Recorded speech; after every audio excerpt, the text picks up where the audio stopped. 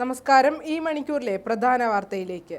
കൊച്ചി മഹാരാജാസ് കോളേജിൽ കൊല്ലപ്പെട്ട SFI പ്രവർത്തകൻ അഭിമന്യുവിന്റെ പേരിൽ CPM അനുകൂല കൂട്ടായ്മ സ്വരൂപിച്ച തിരുവനന്തപുരത്തെ രക്തസാക്ഷി ഫണ്ട് കാണാനില്ലെന്നാണ് പരാതി. ആരോപണം ബന്ധപ്പെട്ടവർ നിഷേധിക്കുമ്പോഴും ഈ പണം ഇനിയും ആർക്കും കൊടുത്തിട്ടില്ലെന്നാണ് വസ്തുത. നേരത്തെ രക്തസാക്ഷിയായ വിഷ്ണുവിന്റെ പേരിലെ കുടുംബസഹായ ഫണ്ട് തിരിമറിയും തിരുവനന്തപുരത്ത് ചർച്ചയായിരുന്നു. ഇതിനൊപ്പമാണ് അഭിമന്യുവിന്റെ സ്മരണയിൽ വിദ്യാഭ്യാസ സ്കോളർഷിപ്പ് നൽകാനെന്ന പേരിൽ 6.5 വർഷം മുൻപ് തുടങ്ങിയ പിരിവിന്റെ തുകയാണ് അപ്രത്യക്ഷമായത്. ഫണ്ട് തട്ടിപ്പിൽ അന്വേഷണം നടത്തണമെന്നാവശ്യപ്പെട്ട് ഒരു വിഭാഗം സാംസ്കാരിക പ്രവർത്തകർ CPM തിരുവനന്തപുരം ജില്ലാ കമ്മിറ്റിക്ക് പരാതി നൽകി. പിരിവ് തുടങ്ങി 6.5 വർഷം പിന്നിട്ടിട്ടും അർഹരിലേക്ക് എത്താതായതോടെ കൂട്ടായ്മയിൽ ഉൾപ്പെട്ടവർ തന്നെ പരാതിയുമായി രംഗത്തു വന്നു. ഇതിന് പിന്നിൽ തിരുവനന്തപുരം CPMലെ വിഭാഗീയതയാണെന്ന സൂചനകളുമുണ്ട്. രംഗത്തെത്തുകയായിരുന്നു പുരോഗമന കലാസാഹിത്യ സംഘ ഭാരവാഹികളുടെ നേതൃത്വത്തിൽ മാനവീയം തെരുവിടം കൾച്ചറൽ കളക്റ്റീവ് എന്ന പേരിലാണ് ഫണ്ട് പിരിവ് നടത്തിയത്. ഭാരവാഹികളെല്ലാം CPM അംഗങ്ങളുമാണ്. സഹപ്രവർത്തകരുമായിരുന്നെങ്കിലും പാർട്ടിയുടെ അറിവോടെയായിരുന്നില്ല പണപ്പിരിവ്. അർഹരായ വിദ്യാർത്ഥികളെ കണ്ടെത്തി സ്കോളർഷിപ്പ് നൽകുമെന്ന് പ്രഖ്യാപിച്ചതായിരുന്നു ധനസമാഹരണം. ഇടതുചിന്തകനായ KEN കുഞ്ഞഹമ്മദ് തനിക്കു ലഭിച്ച അവാർഡ് തുക ഈ ഫണ്ടിലേക്ക് നൽകി പ്രചോദനവുമായി. പിന്നാലെ സംഭാവന ഒഴുകി. എന്നാൽ അഭിമന്യു എൻഡോവ്മെന്റിന്റെ പേരിൽ അക്കൗണ്ട് തുടങ്ങിയിട്ടില്ലെന്നും കുടുംബാംഗങ്ങളെ പോലും ഇക്കാര്യം അറിയിച്ചിട്ടില്ലെന്നും പരാതിക്കാർ ചൂണ്ടിക്കാട്ടുന്നു. പരാതി പ്രതിഷേധമായതോടെ 2022 തെരുവിടത്തിന്റെ പേരിൽ കേരള ബാങ്കിൽ അക്കൗണ്ട് തുടങ്ങി 3.5 ലക്ഷം രൂപ നിക്ഷേപിച്ചതിന്റെ രേഖകൾ ഭാരവാഹികൾ നൽകി. വർഷങ്ങൾ കൊണ്ട് സമാഹരിച്ചത് വൻ തുകയാണെന്നും അത് എവിടെ പോയി എന്നുമാണ് പരാതിക്കാർ ചോദിക്കുന്നത്. രസീത് പോലും ഇല്ലാതെയായിരുന്നു ഇവർ പണപ്പിരിവെന്നും CPMന് നൽകിയ പരാതിയിൽ ചൂണ്ടിക്കാട്ടുന്നു.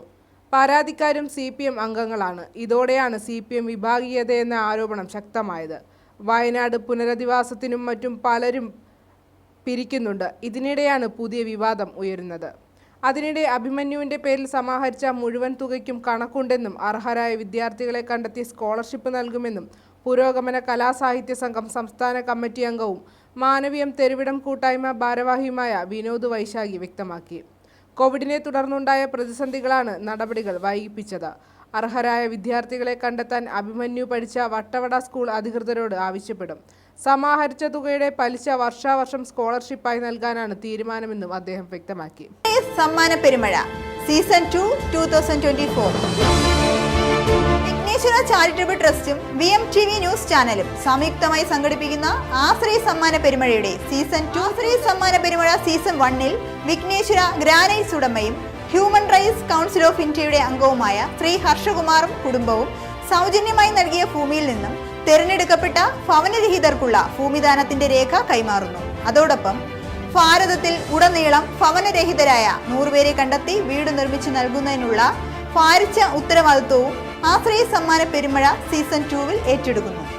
VMTV ന്യൂസ് ചാനലിൽ പരസ്യം നൽകുന്നതോടൊപ്പം നിങ്ങൾ ഈ കാരുണ്യ പ്രവൃത്തിയിൽ പങ്കാളികളാവുകയും വിഘ്നേശ്വര ചാരിറ്റബിൾ ട്രസ്റ്റിന്റെ ഭാഗമാകണമെന്നും ഭാരതത്തിന്റെ മണ്ണിൽ ഭവനരഹിതർ ഉണ്ടാകരുതെന്നും ഒപ്പം ചികിത്സയും മരുന്നും അന്നവും വസ്ത്രവും തൊഴിലും ലഭ്യമാക്കണം എന്നുമുള്ള ഉറച്ച പ്രാർത്ഥനയോടുകൂടി വിഘ്നേശ്വര ചാരിറ്റബിൾ ട്രസ്റ്റും VMTV ന്യൂസ് ചാനലും ആശ്രയ സമ്മാന പെരുമഴ എന്ന പേരിൽ ജനസമക്ഷം ഇറങ്ങി തിരിച്ചിരിക്കുന്നു. ഭാരതത്തിലെ എല്ലാ പൗരന്മാർക്കും അത്താണി ഒരുക്കുന്നതുവരെ സത്യവും വ്യക്തവും കൃത്യവുമായി എന്നും എപ്പോഴും VMTV ന്യൂസ് ചാനലും വിഘ്നേശ്വര ചാരിറ്റബിൾ ട്രസ്റ്റും നിങ്ങൾക്കൊപ്പം.